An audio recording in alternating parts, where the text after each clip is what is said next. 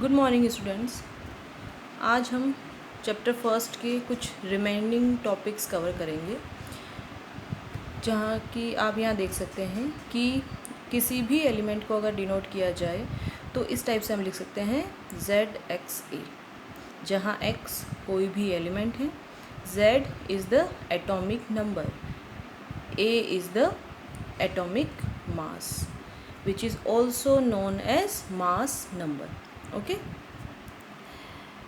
as you all know, atomic number is equal to number of electron or number of proton, and atomic mass or mass number is equal to number of proton plus number of neutron.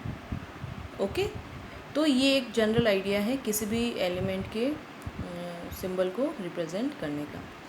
For example आपको यहाँ पर given है carbon, तो carbon का atomic number आप लोगों को अच्छे से याद है, वो होता है 6। तो एटॉमिक मास क्या हो जाएगा, जस्ट डबल 12। तो यहाँ मैंने लिखा है C612। ओके, अब यहाँ पर क्या है कि इससे हमें क्या क्या इन्फॉर्मेशन मिल रही है। Z is equal to 6A means atomic mass is equal to 12। अब हमें क्या है कि 6 इलेक्ट्रॉन है, मतलब इसमें 6 प्रोटॉन भी प्रेजेंट होंगे, और यहाँ पर जो है atomic mass is given 12। Neutron की नंबर हमें फाइंड आउट करनी है और प्रोटॉन की नंबर क्या है 6, क्योंकि इलेक्ट्रॉन या एटॉमिक नंबर 6 है। अब यहाँ पर क्या है कि न्यूट्रॉन की नंबर अगर फाइंड आउट करनी है तो यहाँ हो जाएगा 12 माइनस 6, तो आंसर क्या हो जाएगा 6।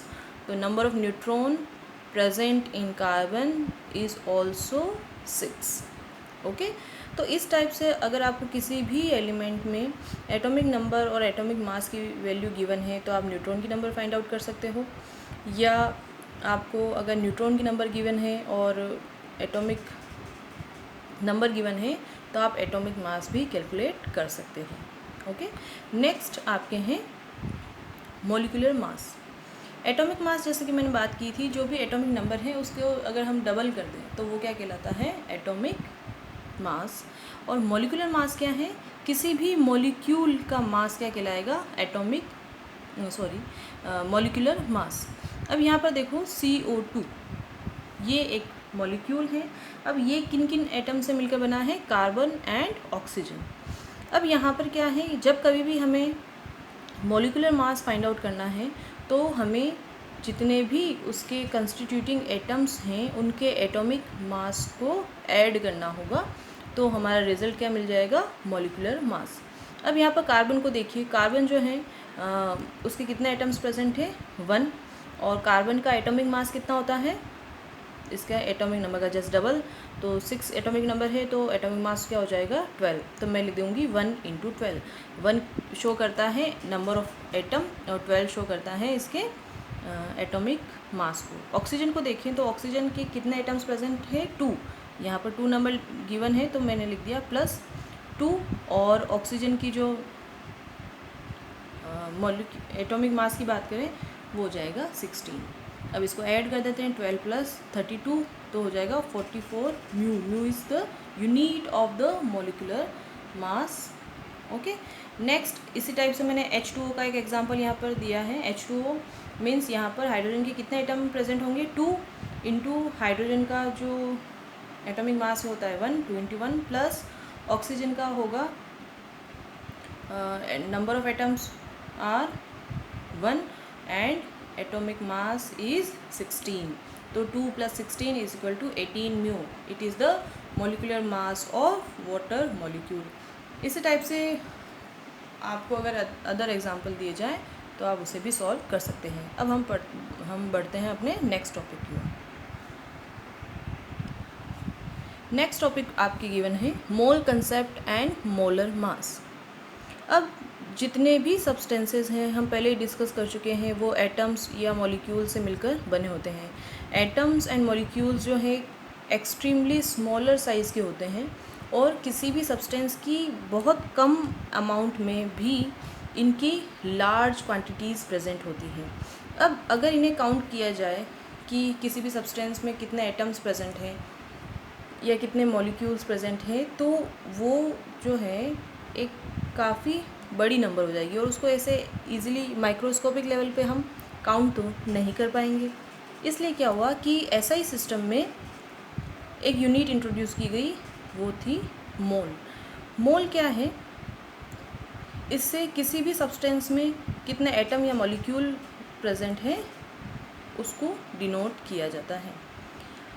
ठीक है। अब जैसे कि जनरलाइज वे में एग्जांपल देखें तो हम अगर एग वगैरह लेने जाएं तो एग के लिए हम बोलते हैं कि हमें 1 डोज़न एग चाहिए। 1 डोज़न मीन्स 12 एग्स। तो इसको हमने इजी फॉर्म में ले लिया। उसी टाइप से किसी भी सब्सटेंस में कितने एटम या मॉलिक्यूल प्रेजेंट हैं उसके लिए हम क्या बोल सकते हैं? मोल। ये वाली यूनिट हम यूज़ कर सकते हैं।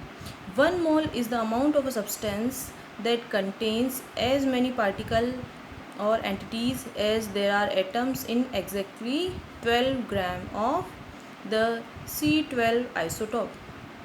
ठीक है। कार्बन के C12 आइसोटोप में के 12 ग्राम में जितने एटम्स प्रेजेंट हैं उतने ही होंगे किसी भी सब्सटेंस के 1 मोल में। ये इसकी डेफिनेशन है। अगर इसको जनरलाइज वे में देखें तो किसी भी सब्सटेंस के 1 मोल में कितने नंबर ऑफ एटम्स होंगे? वो होंगे 6.022 into 10⁻23।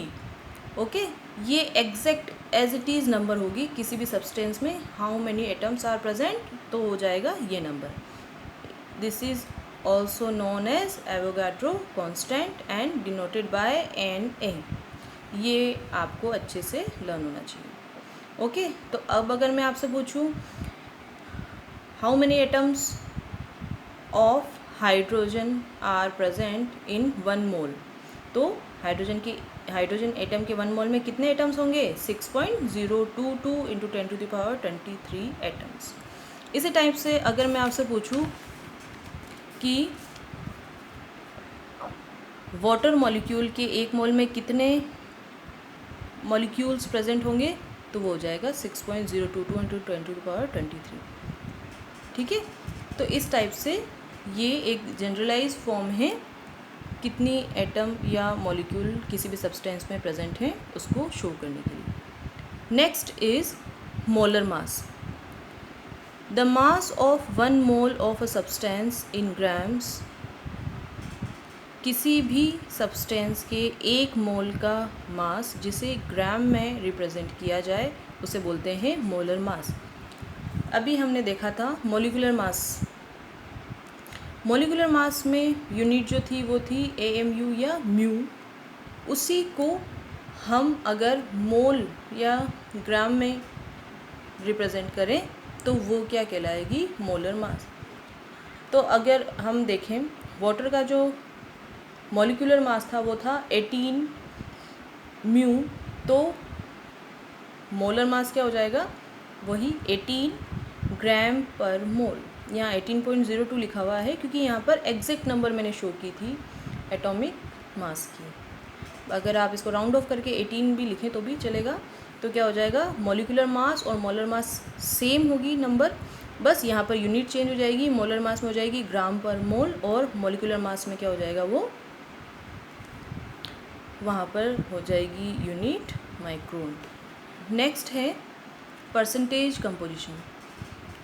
Mass percent of an element is equal to mass of that element in the compound into 100 divided by molar mass of the compound. जब कभी भी अगर आपको परसेंटेज फाइंड आउट करने हैं तो जो फॉर्मूला हम लगाते हैं सेम वही फॉर्मूला यहाँ पे होगा। अगर किसी भी मॉलिक्यूल में हर एटम का मास परसेंट निकालना है तो इस टाइप से ये फॉर्मूला हम फॉलो करेंगे। अब फॉर एग्ज़ाम्पल आपको यहाँ पर देखना है कि एक मॉलिक्यूल आपकी गिवन है H2O। क्वेश्चन आपको गिवन है H2O में आपको हाइड्रोजन और ऑक्सीजन की मास परसेंटेज कैलकुलेट करनी है। अब हाइड्रोजन का मास परसेंटेज कैसे कैलकुलेट करेंगे? Mass percent of hydrogen in water is equal to 2 into 1.008। ये इसका एग्जैक्ट एटॉमिक मास है, इसकी जगह आप 1 भी लिख सकते हैं। तो हो जाएगा 2 क्यों? क्योंकि नंबर ऑफ एटम्स कितने हैं? 2।